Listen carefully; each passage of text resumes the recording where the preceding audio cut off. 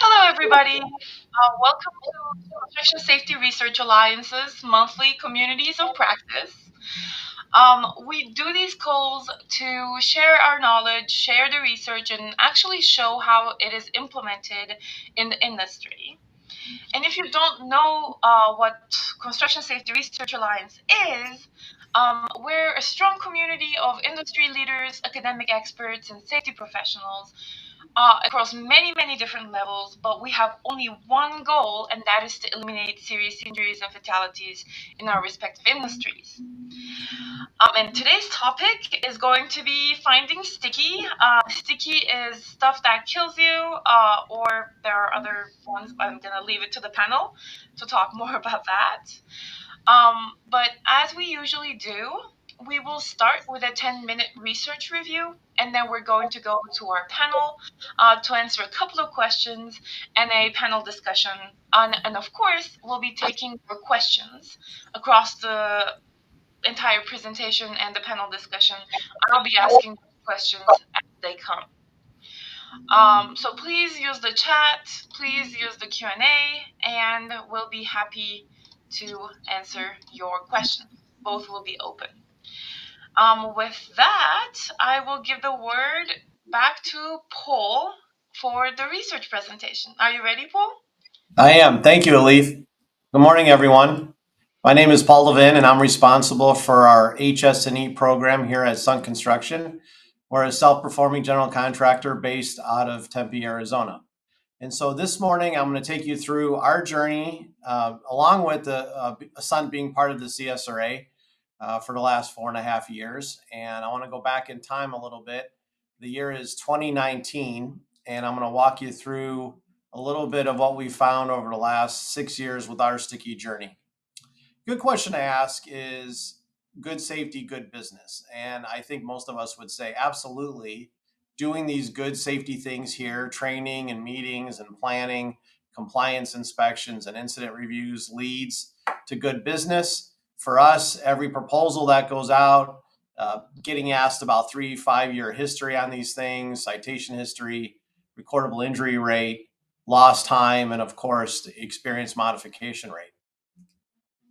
But in 2019, we had a company low recordable injury rate, and our CEO asked us, were we aware that fatalities had not come down in the industry?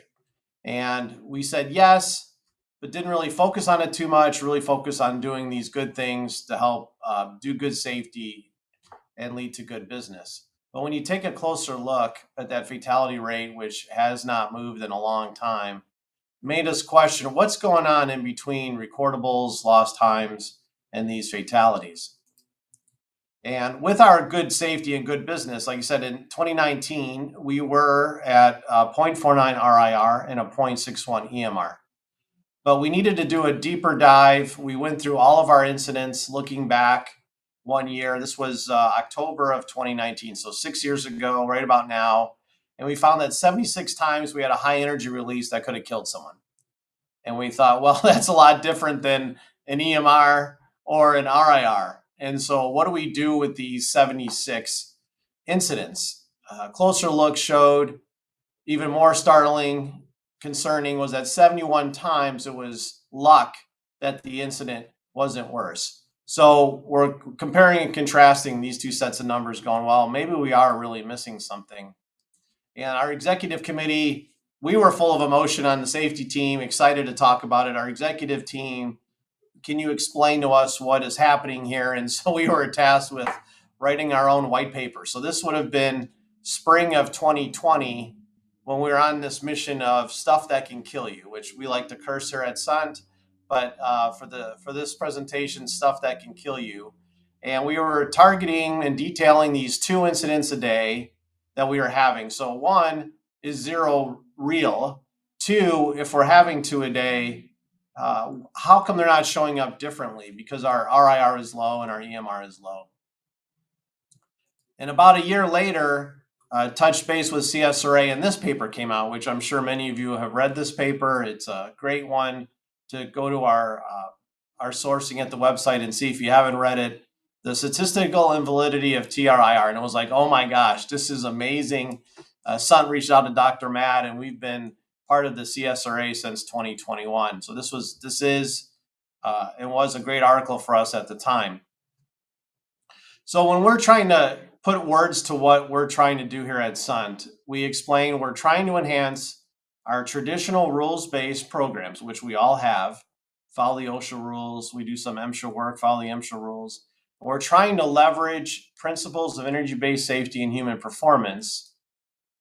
And by doing that, we're trying to recognize and mitigate high energy hazards. SIF, for us, it's sticky.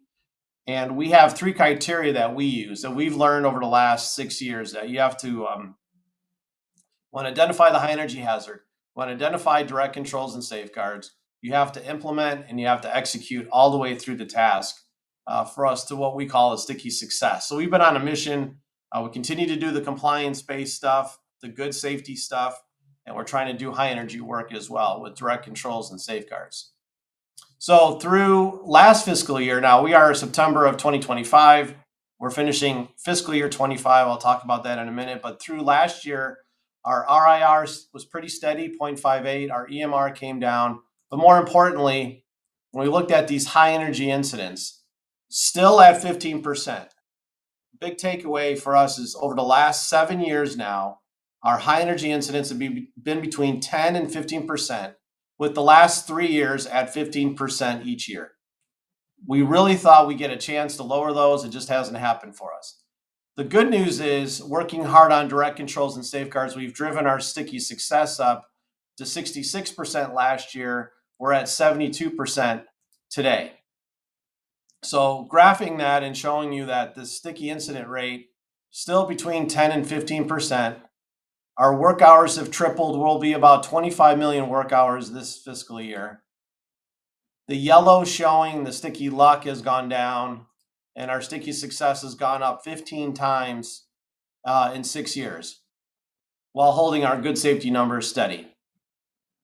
So I'm presenting to you what we found over the last 7 years is a new energy-based pyramid. Our sticky pyramid is that for every 100 events that we have, 85 are non-sticky, 15 have the exposure of a fatality or SIF or sticky injury. And if you apply that 66% sticky success, that's where you see the 10, the 5, and the 0. So for every 100 incidents, 15 are sticky, and we're protecting our people 2/3 of the time. Through this fiscal year, which we have 2 weeks left, we're at 72%. Still seeing for every 100 incidents, 15 could kill someone, and we're protecting our people 11 out of those 15 times. So how did we drive sticky success up? We're talking about recognizing sticky. That's what we're here to talk about today. We put in place a HECA walk, high energy control assessment, which is moved and evolved into a sticky walk here at SUNT. It's a performance measurement for all of our employees. Last year, we did over 50,000 sticky walks, and that was the first year of full implementation. And so when SUNT joined the CSRA, it was summer of 2021. Dr. Matt said to us, hey, the future is going to be compliance walks, but more than that, it's going to move on from that to HECA. HECA is the future of safety. We couldn't agree more. I'm going to walk you through how our HECA program has evolved. And we started out trying to do a HECA level 1. We quickly found out that our people didn't have the capacity to walk the whole job. It was, let's focus on a specific energy source. And for us, we took the traditional energy wheel, applied our sticky exposures, those 76 back in 2019, and developed our own company-specific energy wheel. These are our Fatal 8 areas. And so our sticky walks focus on each area of the sticky wheel. The second thing we learned is that if it's high energy, you're doing a sticky walk, you have to stop the work. You have to stop the work and you have to help the crew get back in compliance or get those direct controls and safeguards in place. And so that was something that just jumped out to us right away, and we call that the stop work rate. So we stop the work and we put corrective actions in place. So if you're going to stop the work, which our stop the work rate is at 16% this year, it was 12% last year, 16% this year, you're going to ask, how is our program breaking down? How come we are stopping work so often when it comes to high energy exposures? So we created a causal analysis for that. And then this year we added on to that. We wanted to know, let's gain some more information on how our program is breaking down. So this is our 5-step sticky walk program. Again, it's a requirement for all of our operational people to do one a week. And finishing up this fiscal year, we're up to almost 57,000 walks we've done this year. I know it's a little bit hard to see, but we can follow up with more information. Stop work rate 16.5%. This is the causal analysis here of did the crew or person fail to recognize the high energy? Did we not identify controls and safeguards? Did we not implement or did we not execute? And then this new one here is getting to a deeper level of cause. Was it knowledge, training, experience? Was it a personal risk choice? Was it climate culture of the job? Or for us, around 9% of the time, it truly was a genuine mistake by the employee or crew. So wrapping up, good safety is good business. We feel we need to do more than just good safety. Good can be the enemy of great. We want to look at high energy exposures, scrub your numbers, see what percentage you guys can find. For us, it's been 15%, and then track how well you're implementing controls and safeguards on your sticky success. So that's a little bit about the history of sticky. And we've moved this into an academy that we offer once a month to the industry. You can click on this QR code. Please come register. We've had about 70 different companies come visit us here in Tempe and spend the day with us, going through our research findings and our sticky walk development. And with that, Alif, I'll turn it back over to you. Thank you so much for that, Paul. It's amazing to see your journey, and I think there's a lot everybody can learn from all that you've done. So thank you so much for sharing all of that with us. But without further ado, I'm just going to go back to the panel and see what their thoughts are. So, Michael, I'll start with you.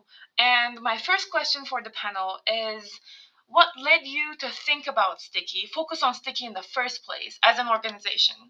And how did your journey start? How did you get buy-in from your leadership, and how all of this happened for you?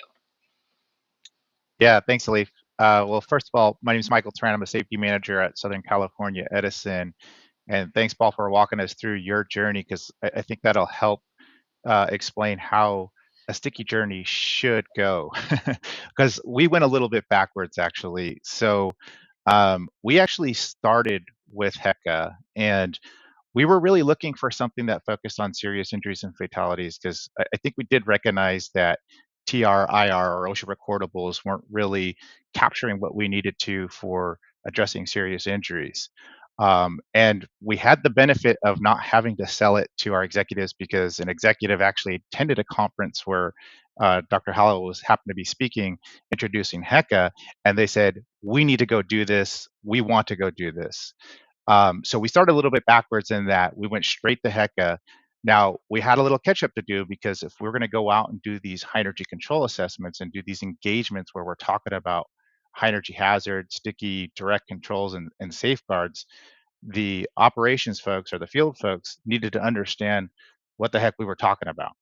So that's where we decided, all right, we need to do some sticky education, and we need to do it quick before we roll out this HECA program. So we took the energy wheel and we looked at it, and we didn't want to confuse our folks by introducing all the energy hazards. We just wanted to focus on what they were going to be introduced in with HECA. So we just took the sticky part of it. We removed the other controls that were we considered low energy and focused on that. Now we had the benefit of already have implemented the SCL model, so people were a bit familiar with the 13 icons, especially if they had a recent event, and it just made sense to them. Now, when we took it, we were shopping it around to our various stakeholders, including the union. I remember a specific conversation we had with the union where we were telling them, hey, we're going to go do these high energy control assessments, and these are high energy hazards. And one of the union members are, do you mean shit that kills you? And we said, yeah, that's exactly what we're talking about. And they said, just call it that. That's what we know it as. And that was good, because companies like Quanta, NiSource, and CSRA had been getting out there. This information had been getting out there, and they were familiar with it. So we decided to go with sticky instead of calling it high energy hazards and bringing out a energy wheel, and it really resonated, I think, with the field folks too. So we started off a little bit backwards, but I think we were able to do a lot of catch up because this makes sense to the field folks. And we started doing our HECAs, our high energy control assessments, and we started to see, I think, improvements in recognition. I think the latest data I have, and I'm sorry I don't have my dashboard in front of me, but the latest data we have year to date, when we went out and did a high energy control assessment and we identified a high energy hazard that initially had no direct control, because of that high energy control assessment, we've been able to implement some type of control, I think 1,200 times. So it shows you that just doing the HECAs alone and talking about sticky is improving safety. So that's my spiel. What a start. Nick, it's gonna be hard to follow, but your turn. Yeah, I think this is going to be a trend here. A lot of us have similar stories in this space, so very similar to Michael and to Paul. I think it was a great intro into the discussion here. So Nick Solomon, safety manager for DT Energy out of Detroit, Michigan. So just like stories that you'll hear today, and probably your own story, we had a very similar start to our journey.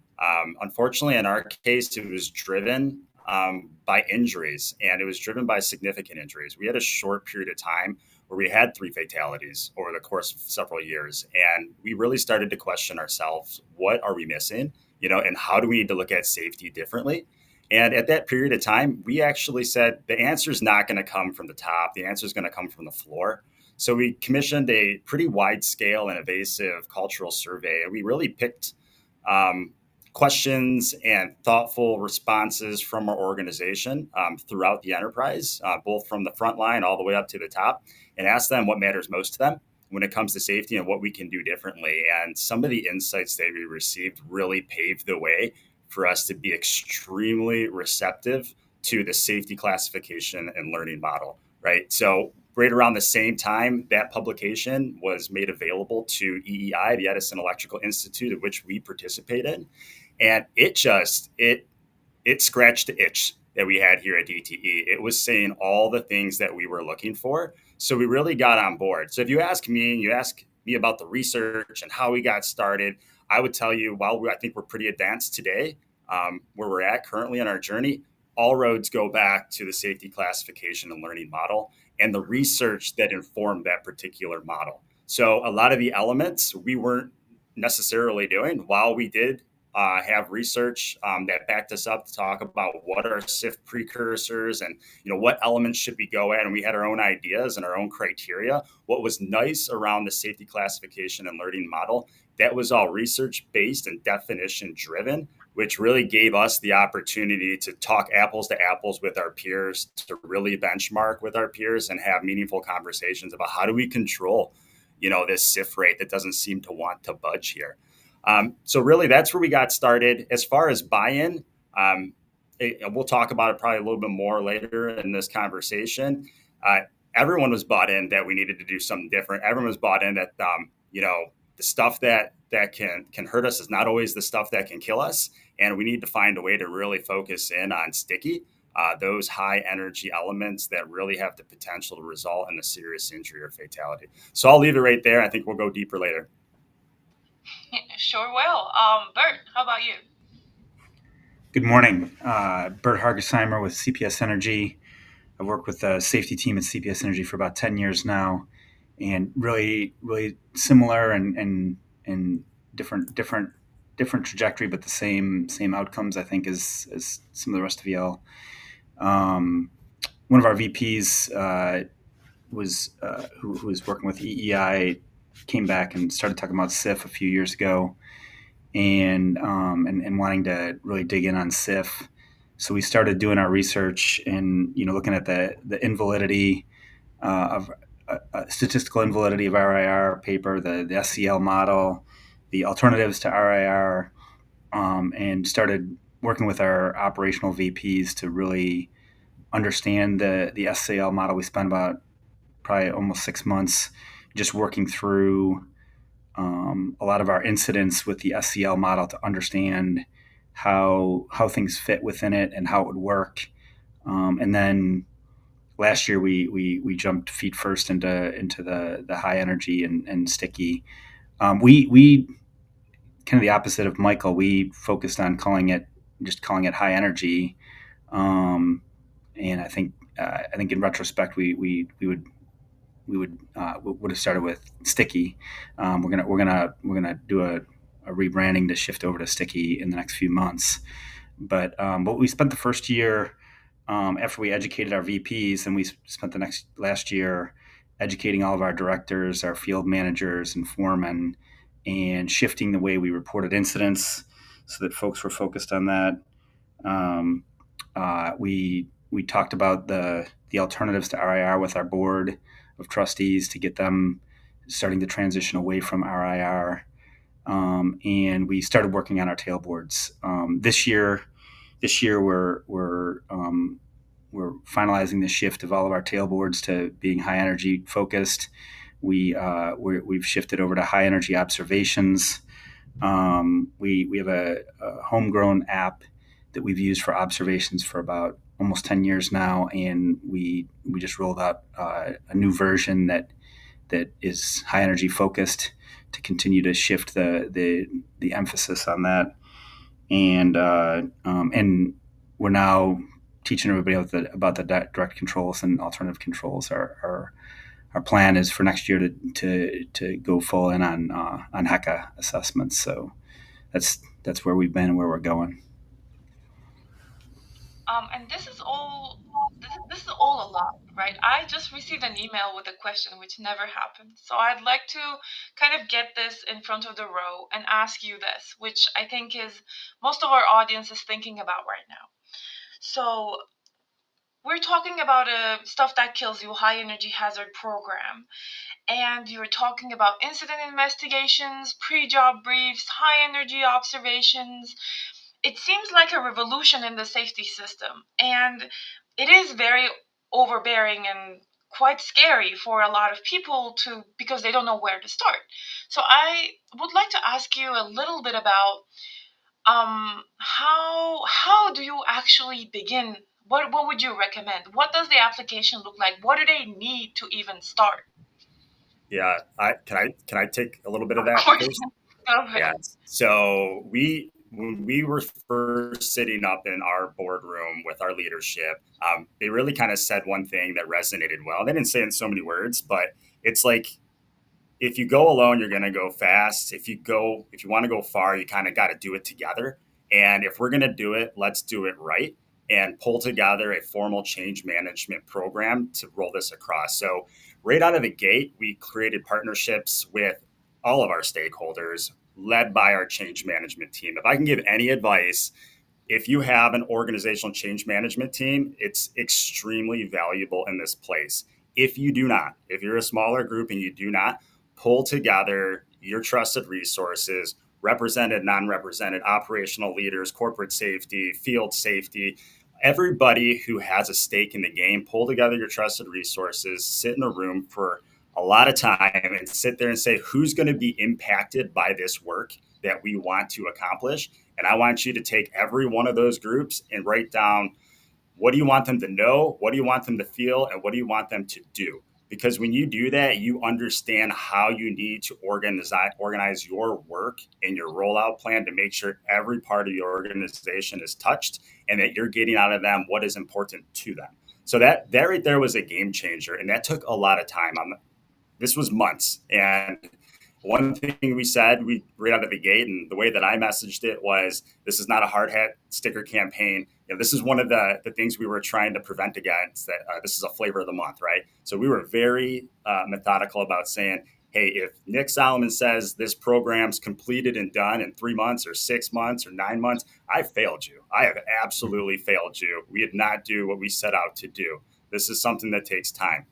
I would start off personally after you understand how this program, you envision it, fits into your company's aspirations, their priorities, their leadership principles, and for us, our service keys. Once you have that figured out, start with the basics, which is energy-based safety. Start with understanding what is the energy wheel, Why is it important to you? Hey, you're going to see more hazards by instituting this energy wheel in the work.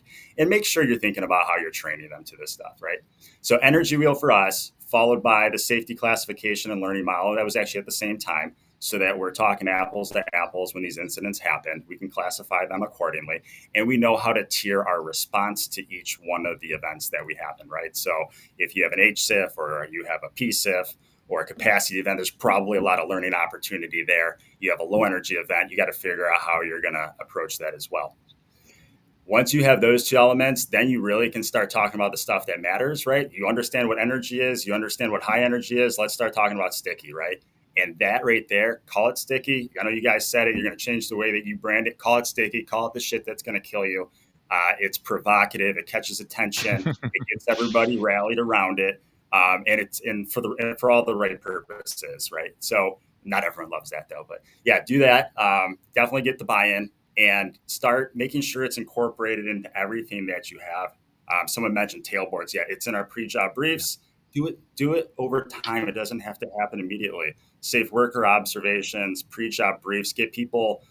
Why I like safe worker observations first is because now your frontline leadership is talking to employees about these concepts and principles in the field, which is kind of nice. Now they've already heard it because we've trained them, but they're starting to have that conversation around it. And then you incorporate it into the pre-job brief, which really has them looking at the field differently. Now your leader can sit there and support them in that conversation so that they can be having meaningful dialogue.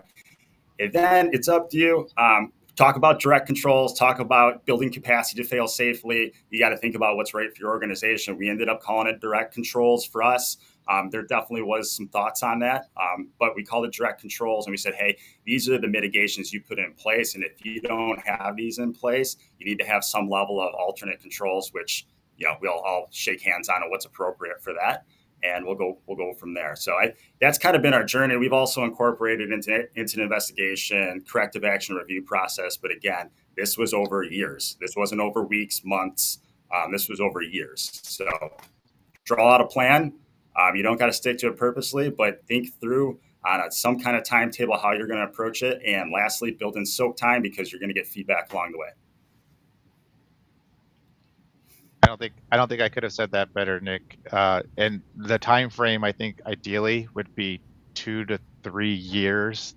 Starting off with energy-based safety for a year, and then going into high energy hazards or sticky direct controls.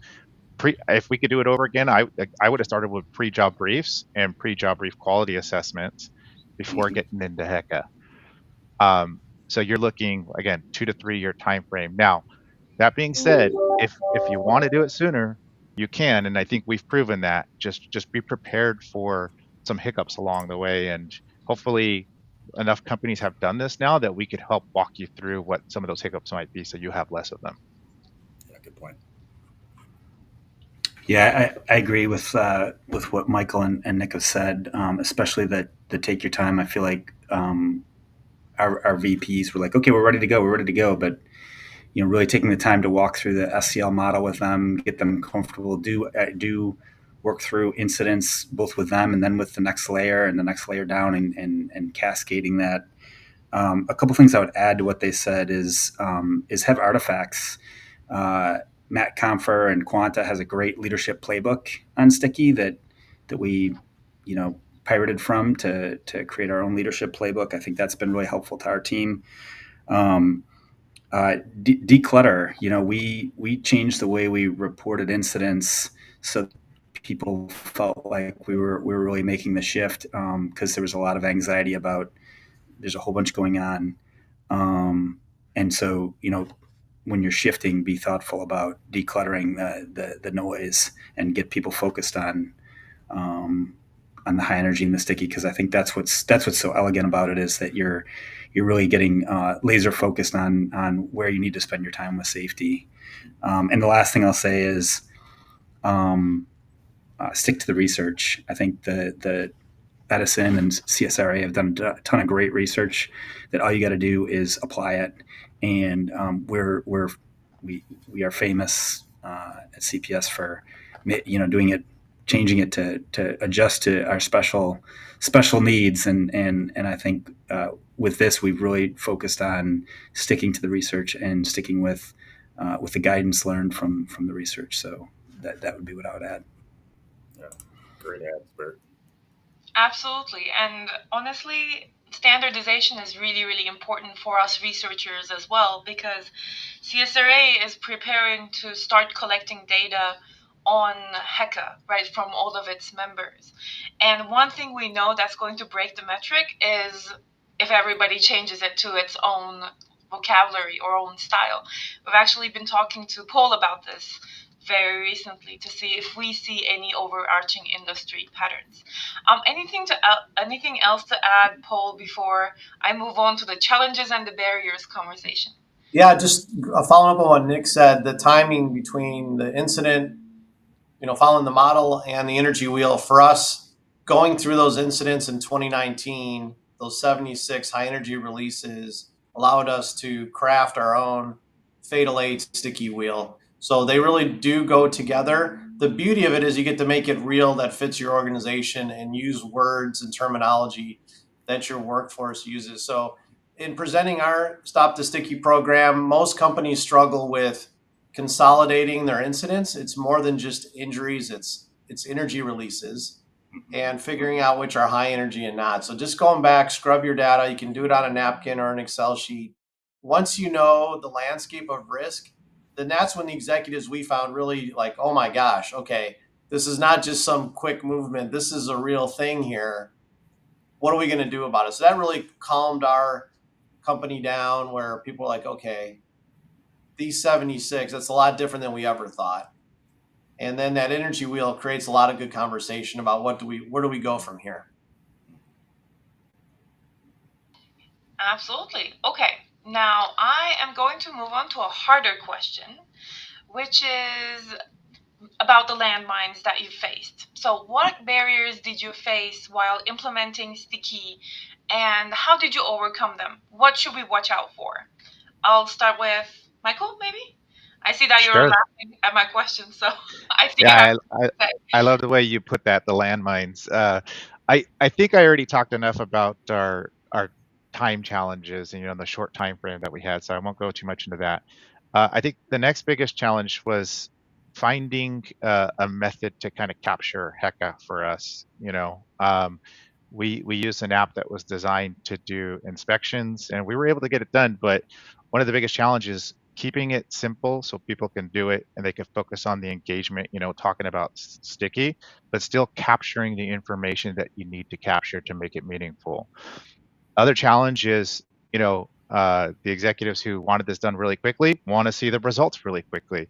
So they're going to start asking you, how, are our injury rates going down? Are our SIF rates going down? When are they going to start going down? So you need to have some type of metric that's going to show that just doing the heckas and implementing sticky is improving safety. That's where we focused on hey, this is how many high energy hazards we identify with no direct control, and because of the engagement, there was a direct control. So you need to create some type of metric that is going to show progress until, years later when you're going to start to see the benefits of reduction of injuries. The other one too is, you need a vehicle to, I think Nick kind of touched on this, to communicate this change. If you have a change management organization, great. If not, borrow what other people are doing. There's some company out there that's going through the same thing that you're about to go through. They've come up with a tool or a vehicle to communicate the change. Just borrow what they're using, and if not another company, CSRA or EEI have plenty of resources that you can use. You want to go for it, Nick? Yeah, absolutely. There's no shortage of barriers and mitigations that we put in along the way. I don't think there's going to be any journey that's not going to have challenge. Change is hard. I don't care how slow or how fast you go, you're going to learn something along the way. So for us, a few things that I think about when I think about challenges. One was probably reconciling the old way we thought about like high energy or at risk tasks. We previously had we previously had a grouping of types of work that we called life critical, right? Think about, working at heights or vehicle safety or confined space. And, unfortunately, we put that in a wheel too. So we had two wheels out at one period of time that we were trying to reconcile. It's like, what do you do with two wheels? I don't know. How do they, cogs or bicycle? I don't know. But we had to figure out how we were going to reconcile, our life critical work activities and then the energy wheel that we were starting to institute pretty heavily within the organization.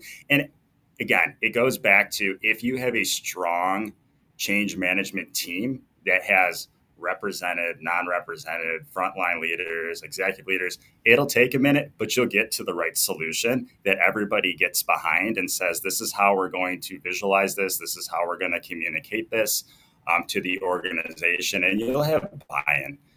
One thing I would offer when I think about putting together the team that helps with that, be very considerate of, we call them clubhouse leaders, right? These are individuals that might not hold some kind of title, but they're the ones that everyone listens to, right? They're the ones at the clubhouse or the break room that really is an influencer within that organization. You lean on those people. They're extremely helpful and extremely knowledgeable in that particular space. The other thing that we really struggled with was the flavor of the month thing. Again, I already mentioned this before. I think in every publication or any video that I put together, we made sure to say this wasn't a hard hat sticker campaign. In fact, I don't think we bought hard hat stickers for like the first 2 years because I didn't want to be synonymous with that.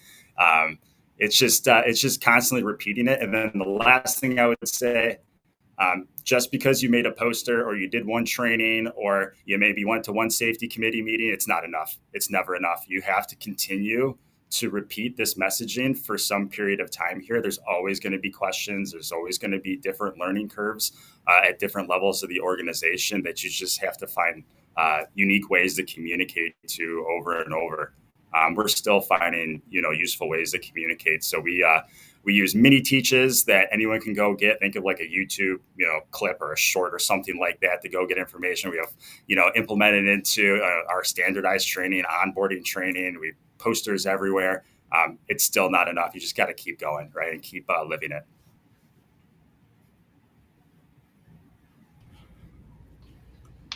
Do you have anything else to add, Bert?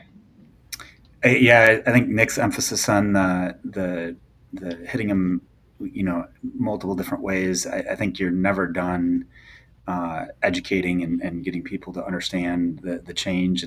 We've been with RIR forever, and so getting people off of that mentality and understanding the high energy, it's simpler than than people think, and they want to make it more complicated. But you're never done doing the exercises. And we've done just last week in our generation town halls, we did a bunch of exercises with all of our frontline folks on working through incidents and high energy with the SCL model, so they can to further drive that understanding. So we're a year and a half into it, and we're still trying to get that education. I think the other thing that I would add that Michael and Nick didn't touch on that we've run into is, we used to have conversations with the ops teams about whether an incident was recordable or not.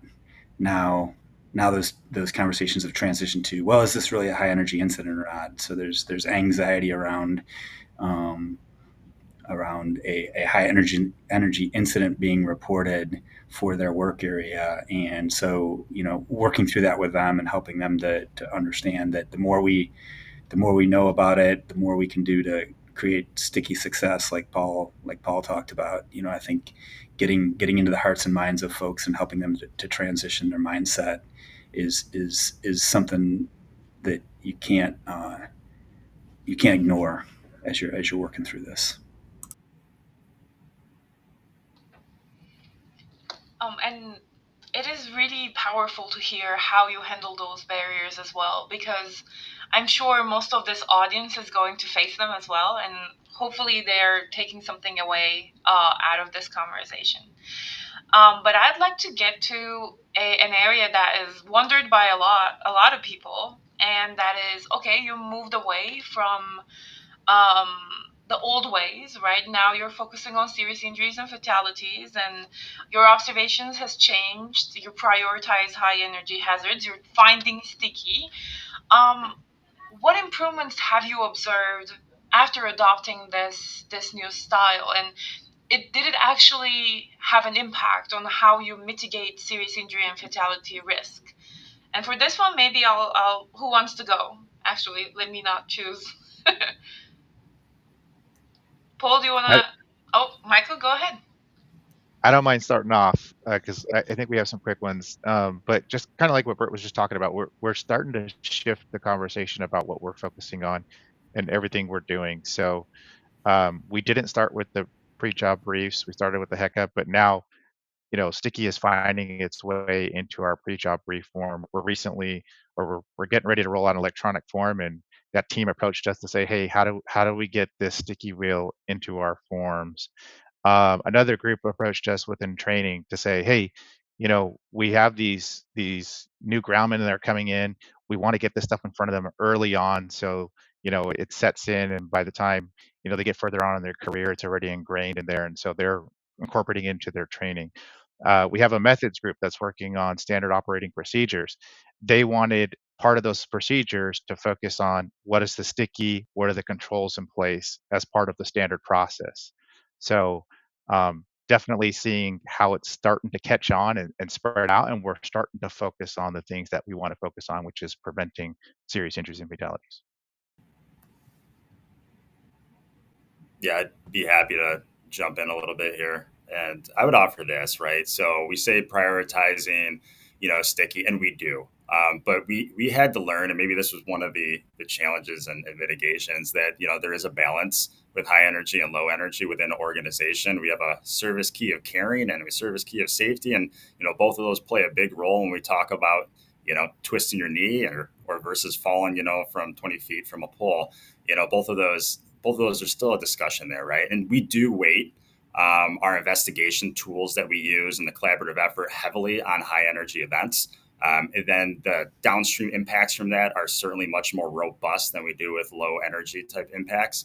So there has been changes in the way that we approach our incident investigations. There's changes the way that we approach our corrective action review process. There is a strong emphasis to ask about direct controls that we can put in place, which wasn't always the conversation. It certainly wasn't always the conversation around PSIF events or potentially serious injury or fatality events, or even exposures that we come across from time to time here. So the lexicon, the dialogue, and what a direct control is and how that can be instituted to fail safely has caught on really well, to the point that we do share stories from time to time when we have our own people that we respect as safety professionals. Leaders out in the field investigating incidents, and they're up there doing the investigation, and they're trying to figure out, what can we do differently?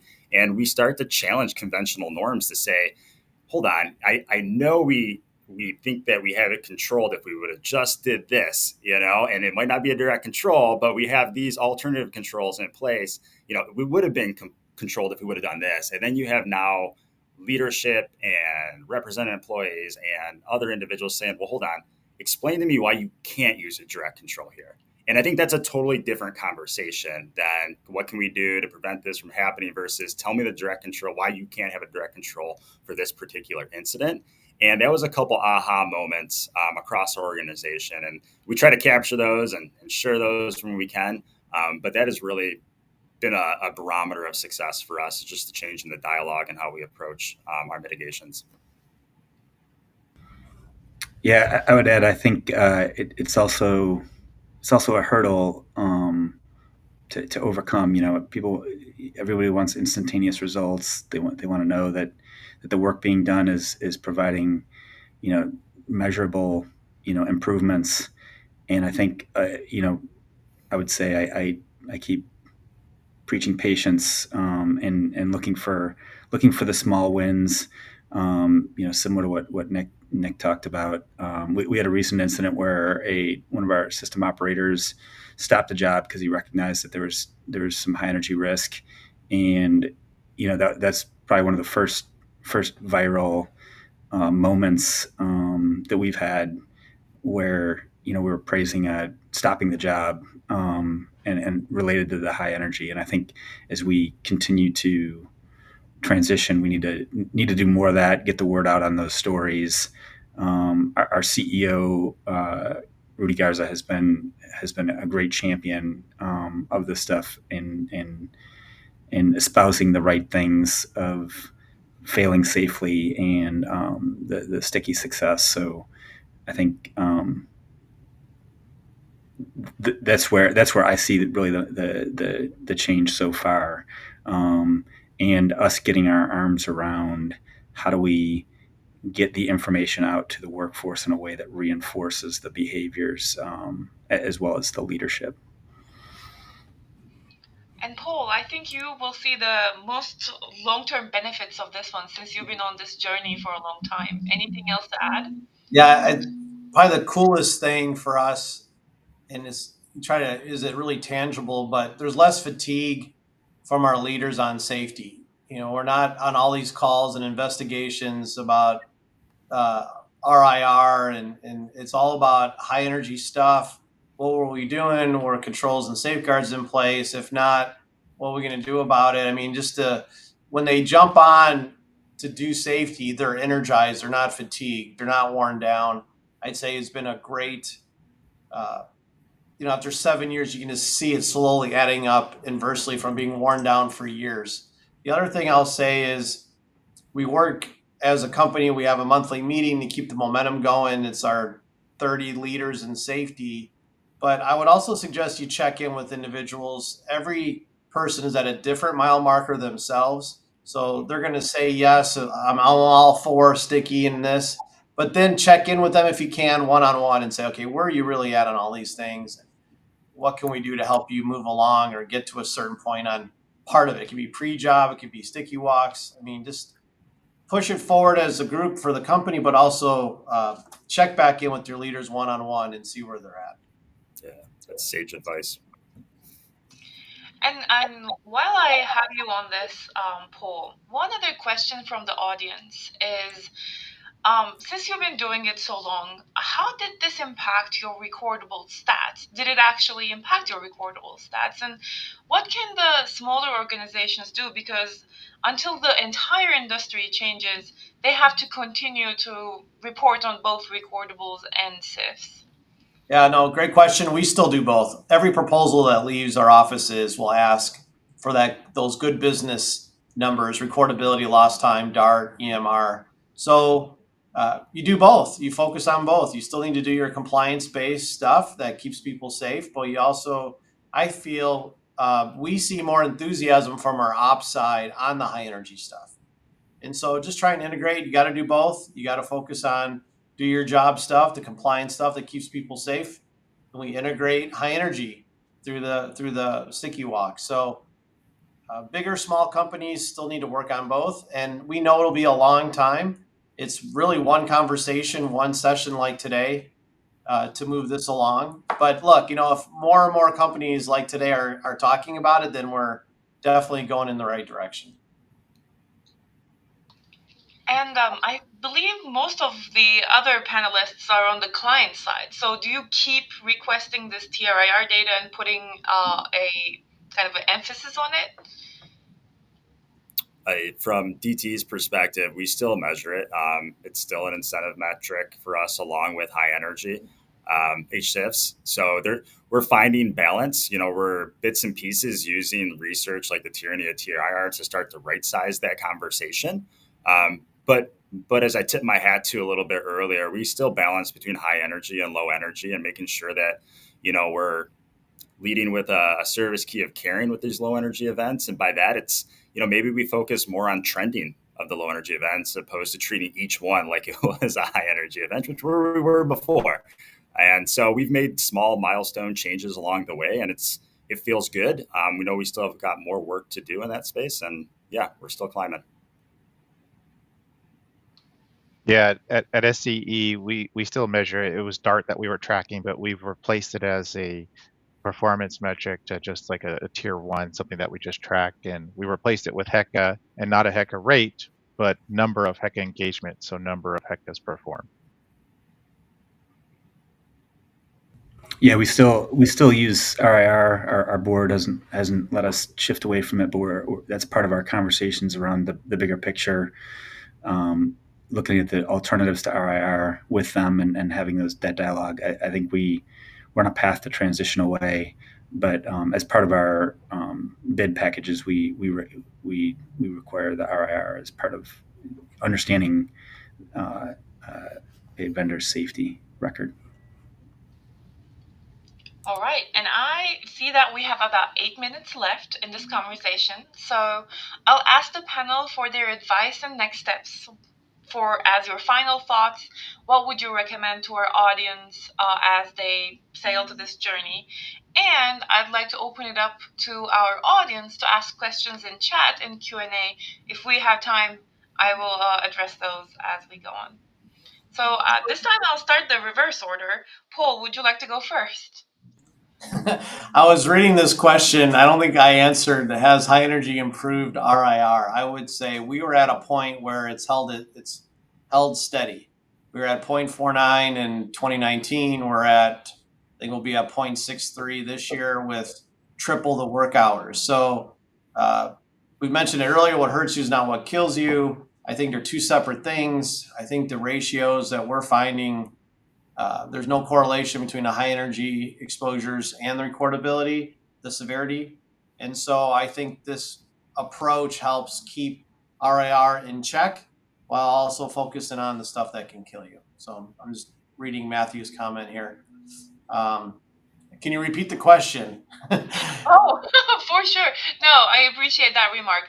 So we're going into our closing thoughts Yeah. before we need to finish. Yeah. I was gonna say, I'd say scrub the numbers.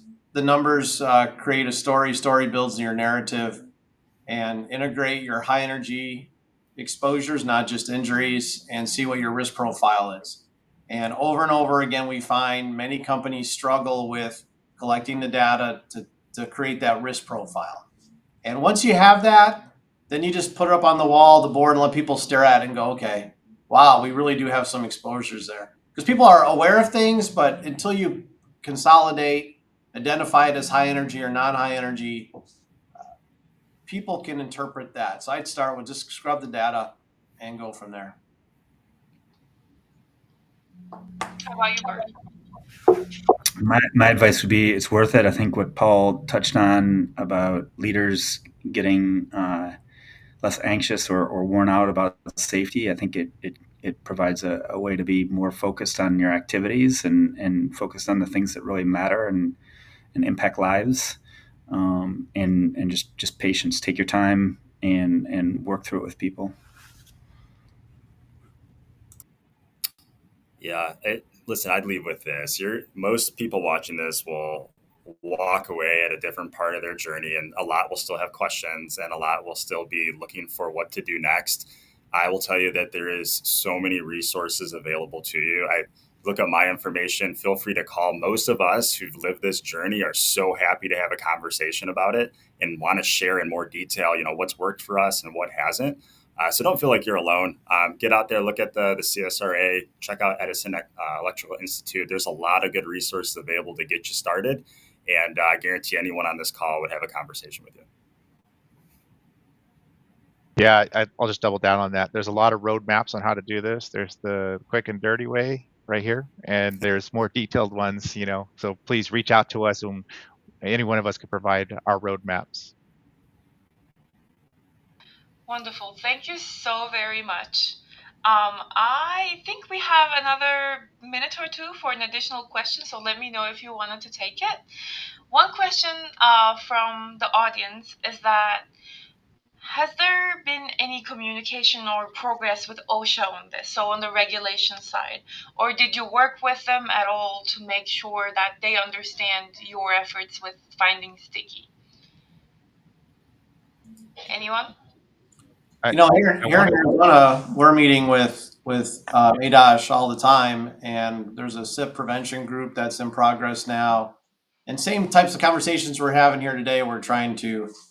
We have a state program here in Arizona, so that's been a lot of fun to start spreading the word like we're doing here today. But again, like we've said, it's a slow process. Got to stick with it. And another question is any additional insights on integration of life criticals and the energy wheel? Not really sure what that how there's a lot we can say about it, but in like a couple of words. Yeah, so for us, just because we had a life critical wheel and then we adopted the energy wheel, we kept still the language around life critical, showing it as a programmatic type of programmatic tool, and then within that tool, so life critical, think about working at heights. We would break down a lot of the tasks that we do at DT working at heights and show which ones are low energy versus which ones are high energy, and then we would notate the direct controls next to it. So it's this is a type of work. Within that work, there's high energy and low energy. And for the high energy, here are the direct controls associated with it. So that's how we tied them together. Absolutely. And I think we have about 2 minutes left. So let me close and let me start closing by thanking to the panelists for their thoughts and sharing their journeys. It was very, very valuable to everybody on this call. And I hope the audience found it very insightful and engaging. I'd also like to let everyone know that our next community of practice next month will be on safety data analytics. So hopefully we'll follow up Paul's comments on this one really well. And he said start with the data, so hopefully we'll be talking a lot about the data. But with that, I would like to let you know that if you miss or want to listen to this entire conversation again, it will be recorded and shared on Vimeo. And with that, I would like to thank again to our panelists and close our session for today. Thank you very much, everybody. Thank you.